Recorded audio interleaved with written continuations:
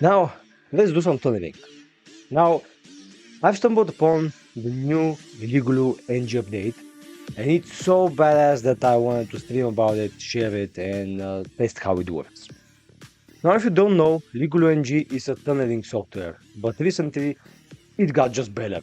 So first things first, we're gonna dive into a little bit of theory about what tunneling is. Then I'm gonna show you my environment in current setting, and then we're gonna go into the demo section of showcasing how it works. Now, if you are already familiar with that, this video is going to be uploaded to YouTube, so you can use the timestamp down below and pretty much navigate to the section that you need the most. Right. So, let me start with the tunneling itself. Now, what's tunneling? I'm going to showcase what's tunneling using the following diagram, which is the diagram of my setup right there. Now, I've tried to mimic an external environment as much as possible, or more I can say, client-side environment. What I mean by that is if you pay close attention, we have a dedicated network, and inside this dedicated network, we have a dedicated firewall, a corresponding SOC system which collects data, works as a CM, as an elastic endpoint, and so on. We have an Active Directory with two domain controllers, SQL servers, client systems, and so on. Now, the point here is to speak more about the network and not about the current settings of the machines themselves. If you are interested about how this machine works and what they do, what's their purpose, how I've set them up, hit me up in the chat here or hit me up in the comments so I can do more videos on this topic regarding the infrastructure itself. But now we are mainly focused on the networking part because we want to talk about tunneling. Now, when it comes to the networking part, here it's essential to see that the firewall is configured in such a way that it treats my virtual machine as its external system. It's the same as you have external infrastructure and you're attacking, let's say, a client for penetration test, and your machine to them is going to be external. I've mimicked that on my lab. The way you do it is very simple. I have my router overall from where all the connection actually starts. And then on this router, I have this Windows laptop from which I'm streaming now. Now this Windows laptop has its own VM, which is a Kali VM inside. And this Kali VM is in breached mode, and that's important. It's important because if it's in a breached mode, it gets its IP directly from the router using DHCP, which means that this Kali VM is going to have the same subnet as the Windows laptop I'm using. Now that's important because if it's NAT or any other network, it's going to have a different subnet and it's going to be quite invisible to the rest of the system and my network. Now on the next hand side, we have the PC system. That PC is just my server, which I called PC, and this server is actually having a bunch of resources like 64 gigs of RAM, Ryzen 7, and it can sustain about 15 VMs at once. And now inside this PC, everything beside that is virtualized. Everything down the line, everything below the PC part is actually a virtualized system. And now, first of all, I created my own network, which is also a local network, having a different subnet. And this local network is having an IP address of 172.60.60.60. If you want to create a similar network, all you have to do is go to your VMware workstation. This is the RDP connection of my PC itself. You can go to Edit, Virtual Network Editor, and then you're gonna see this screen here. You can do change settings and add a network, assign it to host only, and also make sure to specify your subnet there. As you can see, there it is, 172.60.60.0 and /24. Now that's where it actually comes from. And now it's also important to create the firewall as realistic as possible. So for the firewall, we have two interfaces. The first interface is actually again from the router, and the second interface is the one I just showcased you guys, the 172.60.60 something. Now when you do these settings, you can see that the external interface is on the same subnet as the Kali VM, 192.168.0, and the local interface is only applicable for the local network. When you do this kind of setting, it's pretty much impossible for the Kali VM to reach a system there directly. all the Kali VM can see and reach out is the pfSense firewall because they're on the same subnet. And also export services, but no matter if any services are exported, you can also reach them just by using the firewall's IP. And now that's where the tunneling actually comes from. Now when you do it like that, and when you have this such environment, the only way of you can actually reach out specific system is by doing a reverse connection. This can come in as a reverse shell, as a reverse C2 traffic, and as a reverse tunneling. So for example, if let's say some services like bbox is reachable from the firewall, if you exploit it, you're going to end up into the local network. Or if you send, let's say, a phishing attack to the client system using an email service, and the client follows the instruction, opens the link, downloads the file, runs the file, then you can also end up inside the internal network. And now, if you want to run tools, and if you want to, let's say, perform network analysis and network scan and use internal tools to the operational system rather than speaking to the C2 itself, then it's a good idea to make a tunnel. And the way the tunnel works, I know that there are many implementations for tunneling. There are Chisel, Sharp Chisel, there is Ligolo, there are C2 specific tunnels like the one inside Mythic, Sliver has its own, Havoc has its own, Metasploit has its own. There are plenty of ways to do the tunnel, but so far I find Ligolo-NG the best. And why is the best? Because Ligolo-NG, first of all, starts a local connection. So let's say it listens on port 8080, for example. And when the tunnel traffic is established, let's say we have a tunnel from client 01, the traffic goes here, and from here to there. When you establish the tunnel traffic, you don't need to specify any proxy chains. You don't need to use proxy chains. Ligolo-NG actually creates interface where all the traffic is automatically proxied. And not only that, the beautiful thing about Ligolo-NG is that it can be used as a C2 for tunnels, which means that I can have multiple tunnel sessions.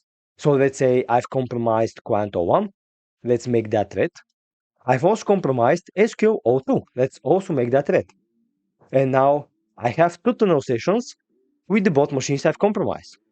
And now if you use more standard tools for tunneling, if you want to switch the tunnels, you need to kill the one and switch to the other and modify perhaps your proxy chains or just shut down one of the tunnel connections.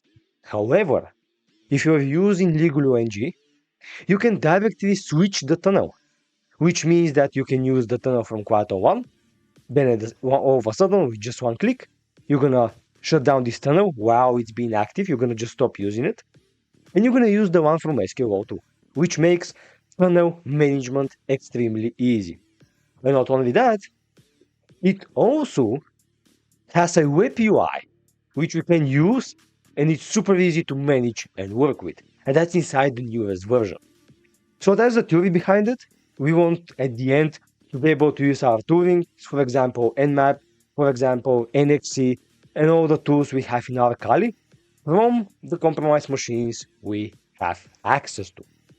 So now we're not going to dive into C2 traffics, we're not going to speak about things like that. We're going to imagine that we have some machine compromised. We're not going to go over that, but if you guys want some explanations and videos about how we can do it from a C2, well, also hit me up and we can maybe do a video about that. Alright, now the environment is as it is. I'm going to remove that. And the Kali here is the one here. So this is the Kali system I'm using now. As you can see, we have IP address of 192.168. It's actually visible on the stream, so let's do it like that. 192.168.0.206, that's the machine I'm using now. And this is going to be the machine I'll be using for the incoming traffic. And now, here we have the machines of pfSense, the firewall. We have the DC, we have the client 01, SQL01, SQL02, and so on. Now, the first things first is to download and install Ligolo-NG, but the whole process is extremely simple. If you go to Ligolo-NG, then go to its official page from Nikoch30. So shout out to the creator. If you guys want, make sure to support the creator. The tool is amazing. Here from here we have mainly two options.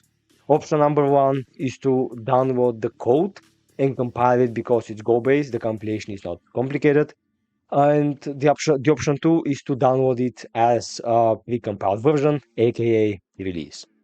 Now keep in mind that if you are thinking about OPSEC and if you want to be a little bit more evasive, it's always best to have customized obfuscated version.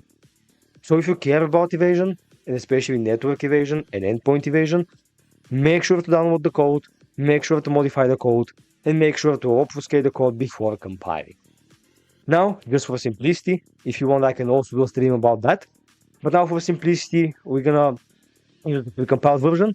And here it's precompiled for various platforms, and we have two main things we need to care about.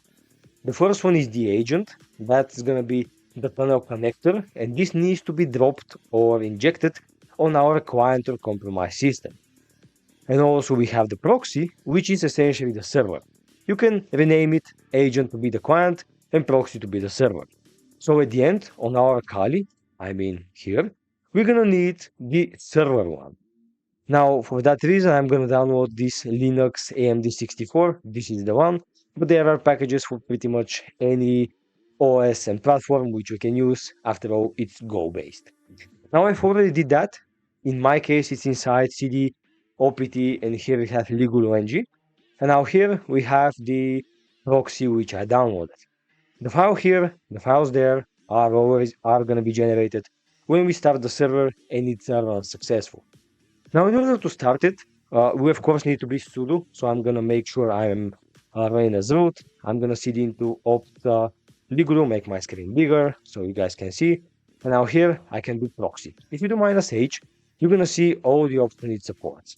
Now usually I generate that with the option for certificate, which is self-cert, like that, and with verbose so we can see what's going on.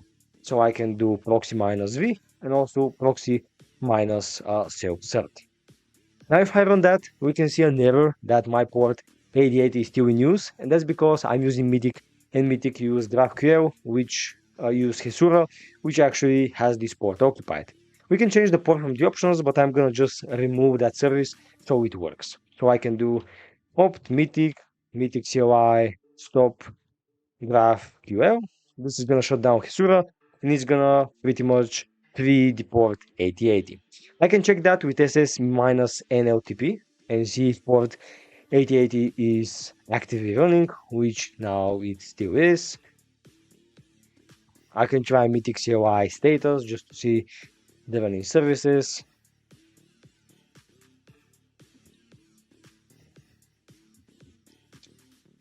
There it is, it was Mythic GraphQL, not just GraphQL. So we stop in the container now.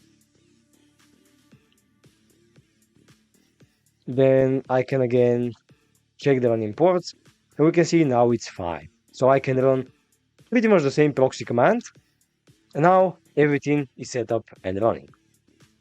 Now when you do so, first we have two ways of engaging with the Ligolo-NG. The first way is via the CLI, but the new version of Ligolo-NG has also a GUI. And the GUI is available at this host and port, pretty much the WU back address and the port 8080.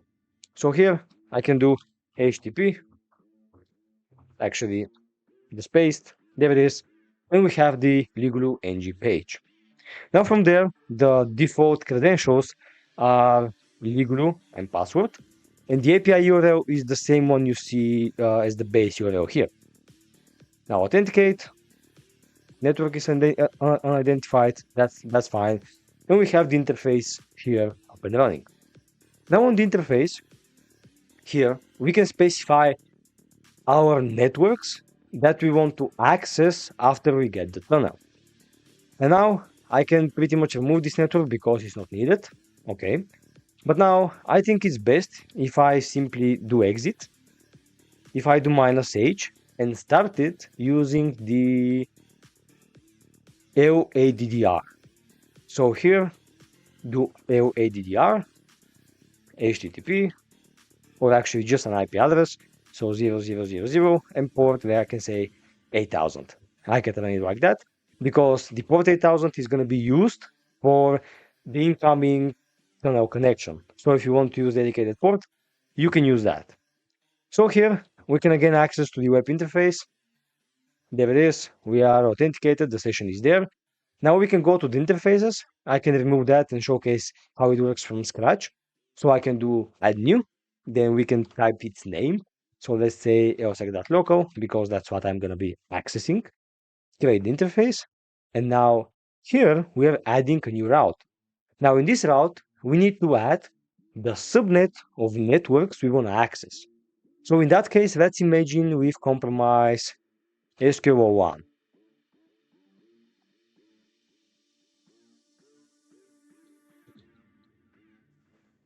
Okay, there it is. And now if I do ipconfig, you can see that I'm having 172.60.60.52, which means that I'm inside the subnet and I want to add the whole 172.60.60 subnet for operation. Now if I go back, I can type 172.60.60.0/24. Now if you have different route, different subnet, different IP, make sure to add the routes here. And also, you can add multiple routes. If you do that, and you need to have multiple routings to multiple networks, you can also do it, it's not a problem. Then when you do it, we can see that the network is active, everything is running, we have no agents connected at the moment, but we are all set and done. Now the Ligolo-NG is listening to all its interfaces. If I do SS and OTP again, you can see the ports are occupied, 88 is there. And now what we have to do, and the 80 is there also, now what we have to do is use that port 80, connect with a tunneling client, and then proxy traffic inside. So in order for that to work, you're gonna need now to download the agent, or aka the client. Now based on the system is compromised, you need to add the specified version, and now for my Windows server, I have added Windows AMD64, this one, and it's already installed on my system. There it is, it's agent.exe. Now you can run agent.exe and it's gonna tell you what it needs. In that case, it needs the -connect parameter and we have host and port. So we can do agent.exe, connect 192.168.0.206, port is gonna be 8000. And also if you do -h, it's important to add ignore cert if you used self-signed certificate as I did. Of course, if you need to care about OPSEC and if that's the real environment, you need to add perhaps proxy credentials and a valid TLS certificate. But in that case, ignore cert works just fine. So ignore -cert, run that, and as you can see, we have connection established. Now if I go back here, go to the Ligolo interface, go to agents, we can now see the agent here, just like a C2 framework. And now what happens is the status is stopped, which means that now the traffic is not yet proxied, but we have the agent connected. Which means that now we can do just start. And if we run this thing and start with a new interface, let's say the interface, we can create a new one, let's say eosec interface, so we know it's that. If you do ifconfig now, you're gonna see the interface there. There it is.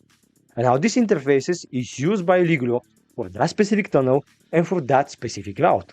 So you can set up different interfaces for different routing, and you can switch between them extremely fast without the need of proxy chains at all. And now since that is running, we have the needed interface, we have the client connected, now we can directly run tools. We don't need to use proxy chains, we can directly engage with it. For example, my DC has an IP address of 172.60.60.50, so let me see if I can nmap it. Nmap 172.60.60.50, and for some reason it fails. Why it fails? I'm not sure. Okay.